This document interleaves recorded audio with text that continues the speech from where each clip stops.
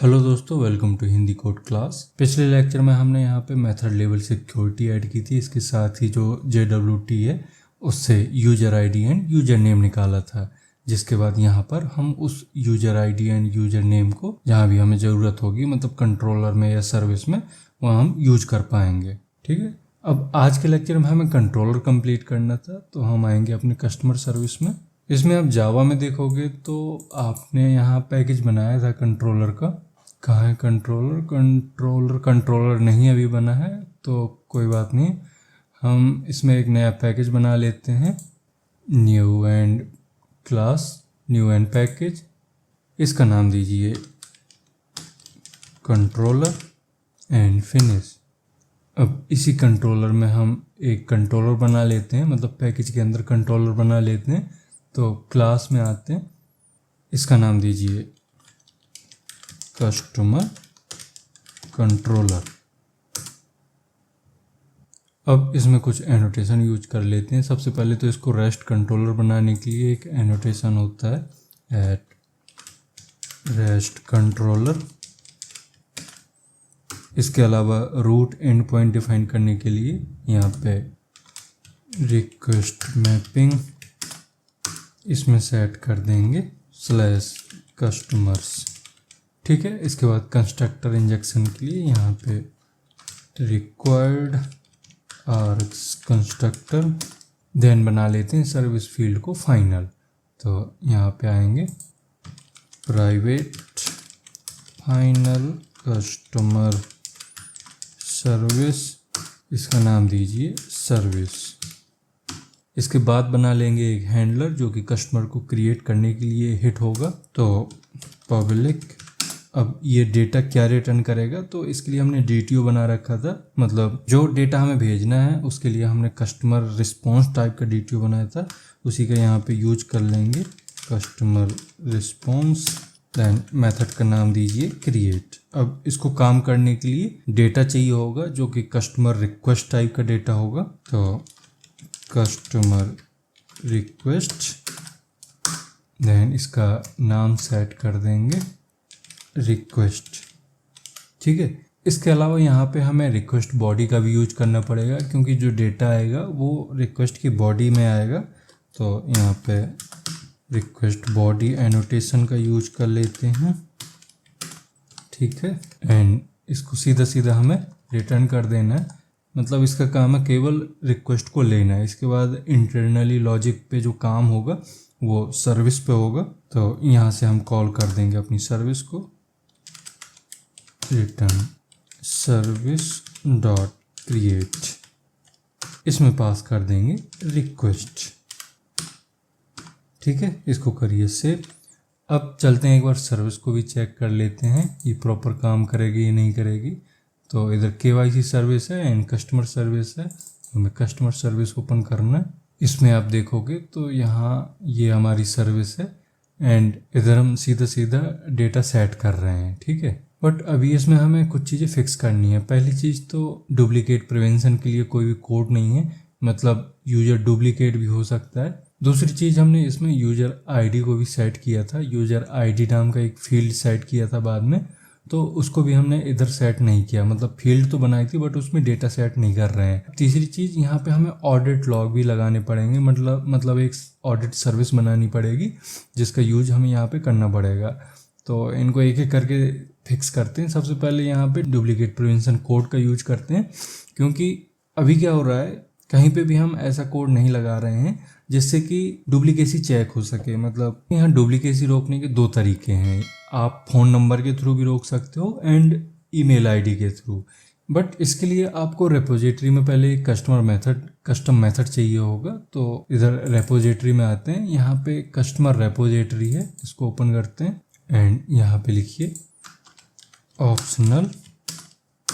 इसमें customer type का data आएगा एंड इसका नाम देंगे find by user ID and is deleted false, and इसको पास कर देंगे एक लॉन्ग टाइप का यूजर आईडी।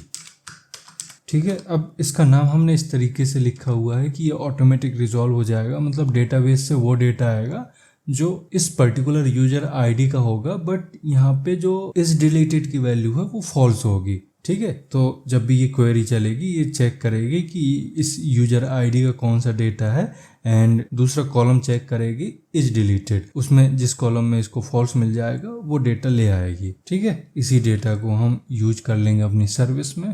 तो ये रही कस्टमर सर्विस। इसमें सबसे पहले तो हम यूजर आईडी निकाल लेते हैं अपनी यूटिल क्लास से। तो लॉन्ग यूजर आईडी।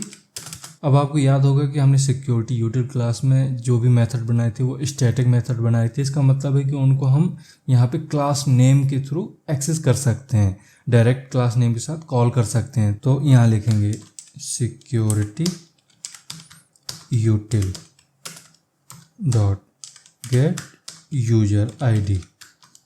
ठीक है, इसके बाद जो हमने रेपो में मेथड बनाया है उसका यूज कर लेंगे। तो customer repo dot find by user ID and is deleted false, and इसमें पास हो गया यूजर आईडी। अब ऑप्शनल क्लास के पास एक मेथड होता है इफ प्रेजेंट करके, तो इसका यूज करके हम यहाँ पे चेक कर पाएंगे कि डेटा प्रेजेंट है या नहीं है। एंड अगर डेटा निकलता है, मतलब ये हमें कुछ डेटा रिटर्न करके दे देता है, तो यहाँ पे हम एक्सेप्शन थ्रो कर देंगे। ठीक है, तो यहाँ लगाइए डॉट इफ प्रेजेंट, इसमें यूज कर लेंगे लैम्डा का new runtime exception. Then इसमें दे देंगे एक मैसेज कस्टमर ऑलरेडी प्रेजेंट या एग्जिस्ट, कुछ भी दे दीजिए, एंड लास्ट में लगाना है आपको सेमीकोलन। एंड कर्ली ब्रेसेस भी हमने यहाँ पे एंड नहीं किया है तो उसे भी कर लीजिए, एंड इसको करिए सेव। अब यहाँ पे आप देख रहे हो कि कुछ एरर आ रही है। ये बोल रहा है कि ये जो आपका स्टेटमेंट है ये पूरा कंप्लीट ब्लॉक स्टेटमेंट है, ऐसा क्यों है, इसको अभी हम रिजॉल्व करेंगे। बट पहले यहाँ पे हम ये जो हमारी फील्ड बची हैं उनको सेट कर देते हैं। तो यहाँ हम एंटिटी में चलेंगे तो इधर आपको कुछ फील्ड मिल जाएंगी। इधर कस्टमर एंटिटी ओपन करेंगे तो इधर आपको मिलेगा user ID. User ID set नहीं हुई है, इसके अलावा created by, created at, updated at, ये चीज़ें भी हमें सेट करनी है। तो कैसे करते हैं, बहुत ही सिंपल है। आप जस्ट जैसे आपने ये सारी फील्ड सेट की हैं ऐसे इसे भी कर देना है। यहाँ पे लिखेंगे डॉट यूजर आईडी, इसमें आ गया यूजर आईडी। इसी तरह से क्रिएटेड बाय हमें सेट करना है, बट क्रिएटेड बाय में हमें यूजर का नेम सेट करना पड़ेगा, एंड यूजर नेम मिलेगा हमें सिक्योरिटी यूटिल क्लास से। तो यहाँ लिखिए डॉट क्रिएटेड बाय, इसमें कॉल कर देंगे सिक्योरिटी यूटिल का गेट यूजर नेम मेथड। तो security util dot get user name. ठीक है, then created and at and updated at की वैल्यू भी सेट कर देते हैं। तो डॉट क्रिएटेड एट, इसमें दे देंगे local date time dot now, and same चीज़ देनी है आपको अपडेटेड एट की वैल्यू। तो dot updated at local date time dot now.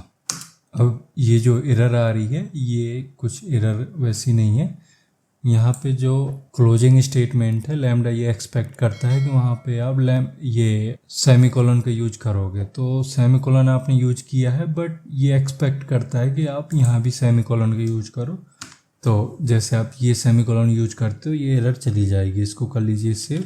ठीक है, तो इस तरह से आपने यहाँ पे दो काम कंप्लीट कर लिए। एक तो आपने कंट्रोलर बना लिया, एंड दूसरा डुप्लीकेसी रोकने के लिए यहाँ पे आपने एक कस्टम मेथड बनाया, मतलब रेपो में एक कस्टम मेथड बनाया जिसके थ्रू आपने पर्टिकुलर यूजर आईडी का ऐसा डेटा निकाला जो डिलीटेड नहीं है। ठीक है, अब ऐसा नहीं है कि सिर्फ यही एक तरीका था डुप्लीकेसी रोकने का, आप email ID and phone number इनका भी यूज कर सकते थे यूनिकनेस के लिए, बट यहाँ हमने अपने कोड को थोड़ा और स्मार्ट कर दिया एंड हमने इस तरीके से ये डुप्लीकेसी प्रिवेंसी कोड ऐड कर लिया।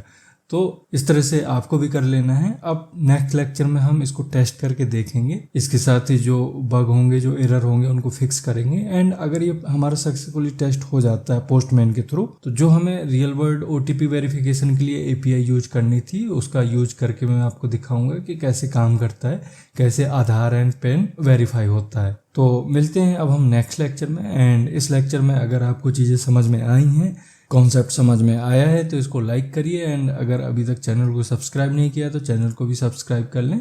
Thank you.